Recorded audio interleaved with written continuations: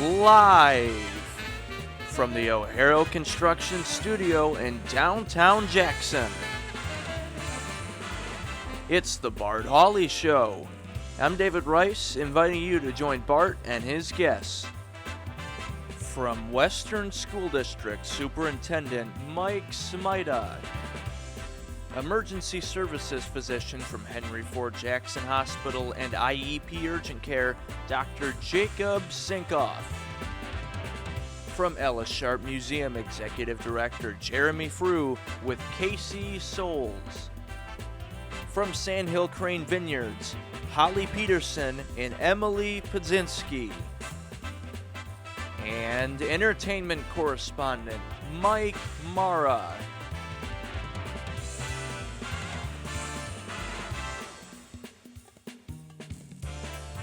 And now, here's Bart. Why, thank you very much, and good afternoon. Great to have you with us today on a cloudy and chilly Wednesday afternoon. Right now, 41 degrees. Yes, that's it, 41 degrees. And the National Weather Service has issued a freeze warning in effect overnight tonight. We are expecting temperatures to drop as low as 26 degrees tonight. We'll get a little bit of a warm up throughout the rest of the week, and then the weekend looks pretty nice. We do have slight chance of rain on both Saturday and Sunday, but temperatures will be right around 70, low 70s for both days. And then next week, our daytime highs will be in the low 70s. So the freeze warning is issued because a lot of people have been planting. Brandon, have you been planting? No, but I like to do a vegetable garden this year. Are you really? That's the plan. Yeah, that's neat. So those of you that have planted, cover your plants, and maybe you have potted plants, you can bring them into the garage, but they could get damaged tonight. And let's keep our fingers crossed that farmers do not have any ill effects on any of their crops, and we have concerns throughout the state for the fruit trees, which have already blossomed and are on their way to becoming fruit. And early freeze could be detrimental, so we'll keep our fingers crossed that we'll have cherries and apples and all of that. Today is the 24th of April. Should we look outside? Let's do that. Let's take a look outside. The sky cam showing us the construction underway at the Jackson YMCA. A number of construction projects underway in downtown Jackson. We've got the Y, we've got the Blackstone apartment complex, we've got the Greenwood apartment complex on Greenwood, and soon the Hayes. They are expecting groundbreaking by fall, and they've already come to terms. They have a letter of intent from a restaurant operator to operate a restaurant in the Hayes and event space, to be the caterer for event space. And that organization, that person is Roberta Dallenberg, owner of Veritas. And the Dallenberg family already downtown restaurant impresarios with not only Veritas, but Grand River Brewery and Dallenbergers, and soon the Hayes. And already we're hearing that the words, the drum room will be part of the food service in honor of the longtime lounge that was in the Hayes. Today is Administrative Professionals Day. Oh no. Well, this is awkward. Yeah. So for our administrative professional, Dana and Trish, we have something special for you. And if you can find it, it's yours. It's Denim Day, wearing denim, nice. International Guide Day, National Pigs in a Blanket Day. It was on this day in 1990, the Hubble Space Telescope launched into Earth orbit. And remember when it went into orbit, somebody banged something and the focus went out? And so he had this very expensive telescope that everything was out of focus. Do you remember that? I remember that. Yeah, Yeah. it's so weird. It is the anniversary of the date of the start of the Library of Congress. On this day in 1800, President John Adams approved legislation appropriating $5,000 to purchase such books as may be necessary to be used by the members of Congress. And as we know today, most members of Congress don't read.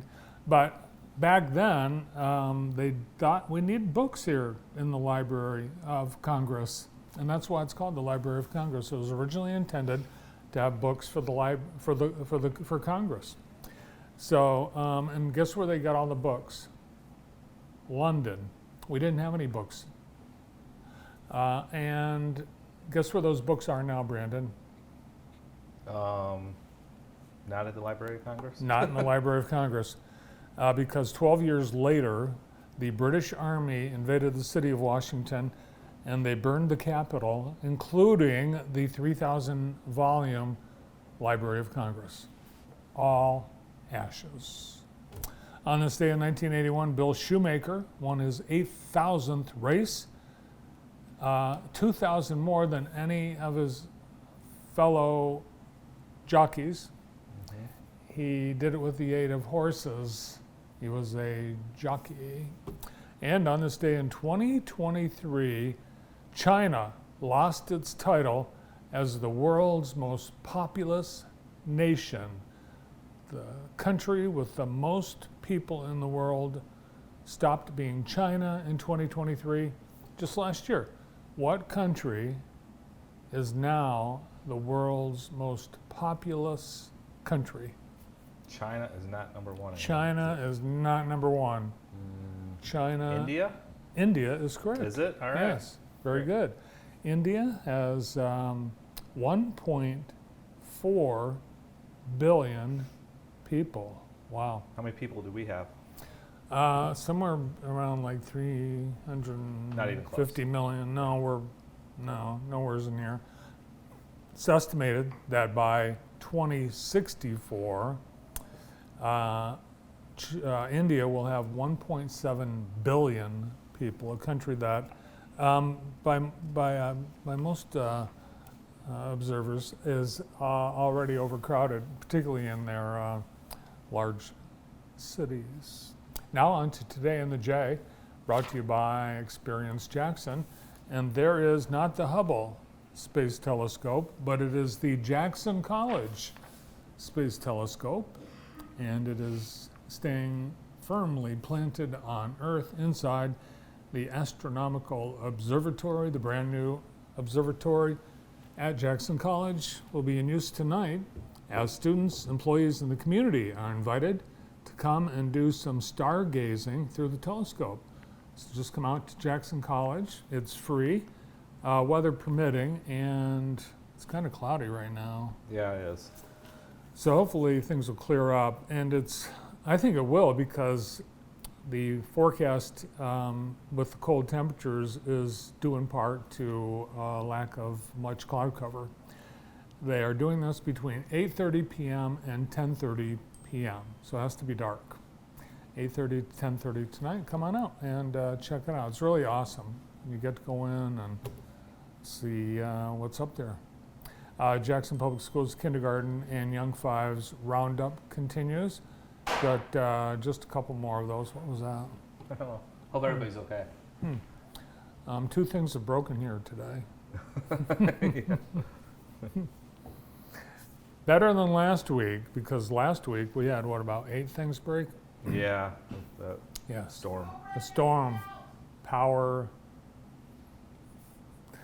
surged through the building, destroying everything in its path. But not today, it's other things. So Sharp Park Academy tonight has their kindergarten and young fives roundup, and you're invited to be part of that. They ask that you show up either early or on time, because they have a program that starts promptly at 5:30. Gaining steam. Let's gain some steam at the Summit branch. Enjoy and explore science, technology, engineering, art, and math by learning, discovering, and creating together. Today, students will make a self-watering planter. Happens at 3 o'clock at the Summit branch, and this is intended for kids ages 8 through 12. The Jackson County Art Show continues through the weekend at Jackson Crossing Mall. Come on out and see all the beautiful art created by Jackson County students. DJ Trivia at Suburban Lanes, 7:30 till 9 p.m. And always a great time, plus awesome food. More on that in a few moments. DJ Trivia at Suburban Lanes from 7:30 to 9 p.m. Weekly game night at Nostalgia Inc. That's from 5 till 9 p.m. Karaoke open mic night tonight at Grand River Brewery, a fairly recent addition to the entertainment offerings at GRB, and that runs from 7 till 9 p.m. All are welcome to get up and sing on mic. Yoga at Cherry Creek Cellars, 6:15 to 7:15. Tonight it's $15, but not only do you get an hour of yoga, you get a glass of wine. Now they do this outside, so you might want to dress warm. They have a Jackson Pride has a Lesbian Visibility Week celebration tonight at 7:45 at Nightlight, and going on right now. And they haven't had great luck with good weather, but Ellis Sharp Museum has their second Food Truck Wednesday. They're doing this every other Wednesday, and once they get to summer, they think they're going to do it every Wednesday. But you have until 2 o'clock today, so if you haven't had lunch, you can go to Ellis Sharp Museum. Here's the food truck lineup today. FFF Truck, Craveable, Tiki Sam's, Junkyard To Go, and Callahan's Coffee. So they'll be there till 2-ish. And that's all that is happening today in the J, brought to you by Experience Jackson. And we invite you to check out the all-new Experience Jackson website and be sure to take advantage of it. If you've got an event, make sure you get the information in to Experience Jackson. Yesterday, the Jackson Area Career Center held a special event where they invited federal agencies to come in and showcase the opportunities that they are offering students at the Jackson Area Career Center. This federal agency career fair had 45 uniformed officers from various agencies showcasing and recruiting students. And we have several programs at the Career Center that have students interested in careers of public safety, first responders, and of course JROTC. A lot of students there interested in perhaps Border Patrol, Customs, Coast Guard, FBI, ATF, DEA, U.S. Air Marshals, ICE, TSA, Federal Bureau of Prisons, and more. So they're recruiting, pretty cool, for the Career Center to gather all of these agencies to come and showcase opportunities available to our students. So best wishes to those in the class of 2024 who are making up their minds about their next step. Yesterday afternoon, American One Credit Union visited the Michigan Theater as they are nearing the end of their renovations. They hope to be done in a little over a month, but Wow. I'd say, well, they've got a lot to do, but they've done a lot. So with all the scaffolding and construction equipment, it looks like there's a long way to go, but they are nearing the end. And they got a really big boost yesterday from American One Credit Union with the donation of $200,000. Wow. And there's Steve Tucker with members of the team, the volunteers and staff at the Michigan Theater, and some of the team and board of American One and the Michigan Theater. Martha Firstenow there, Phil Curtis, one of the leaders of the Capital Campaign, Andy Mason there, who was on our show yesterday from American One. There's Tim, and Really, a lot of people involved in this. Thanks to, incredible donation. American One Credit Union said, "We are delighted to be part of restoring the Michigan Theater, preserving its original beauty for future generations to enjoy. It is truly amazing to witness the entire community come together for this cause. We are honored to be a part of such a great community." Thanks to JTV's Sarah Scaife for those photos, and thanks to American One Credit Union for another generous donation. Wow, they've done so much. It's awesome. Today's show is brought to you by Greener Solutions Lawn and Landscape, and we welcome Greener Solutions, a brand new sponsor to JTV. They do landscaping and everything to do with your lawn, your yard. They are there for all your landscaping needs. Check out their website at greenersolutionslawn.com or give them a call at 517-945-1204. You may have noticed your grass is growing.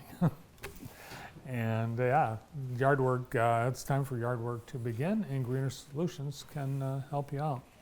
Oh, you know what? We're kind of bummed today because this is the last day for one of our interns, Will Urban, who has been with us for the last several months, is graduating from Spring Arbor University and is getting married too.